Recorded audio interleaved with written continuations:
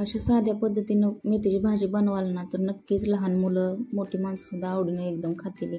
मी रानातली ताजी भाजी आणली आणि 2-4 पाण्यानं अगोदर धुवून घेतली होती आणि आता शेवट एकदा ताज्या पाण्यानं धुवून घेते. धुवून घेतल्यानंतर कढईमध्ये तेल गरम करायला ठेवलं.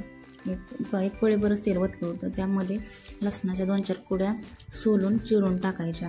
त्यामध्ये एक किंवा 2 मिरच्या, छोट्या छोट्या मिरच्या 2 घ्यायच्या. मोठी असेल तर एकच टाकायची.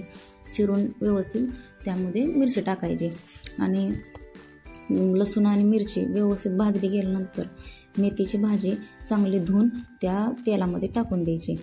आणि टाकल्यानंतर तुम्हाला जे आवडेल ते तुमच्या मनाने तुम्ही हरभऱ्याची टाकू शकता, मुगाची किंवा मटकीची, असं तुमच्या आवडीनुसार त्यामध्ये डाळ टाकायची.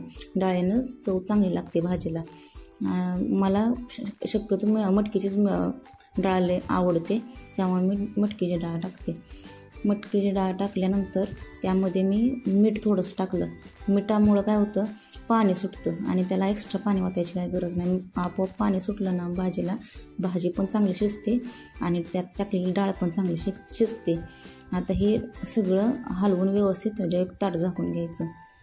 नंतर 1-2 मिनटानं ते वापरले का बघण्यासाठी ते ताट काढून घ्यायचं आणि त्यामध्ये तुम्हाला जर आवडत असेल तर शेंगदाण्याचा कूट टाकायचा, नसेल आवडत तर ते तुम्ही नका टाकू. पण शक्यतो शेंगदाण्याचा कूट टाकल्यानंतर भाजी चवीला चांगली लागते. आणि अशा प्रकारे भाजी एखाद्या वेळेस करून बघा.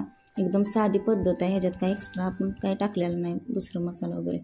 अशी साध्या पद्धतीने भाजी करून बघा. लहान मुलं पण चांगलीच खाते ते आवडीनं. आणि ही पौष्टिक भाजी आहे. गावरान भाज्याच लहान मुलांना वगैरे चारा, सगळं वेगळं असं काही चारू नका.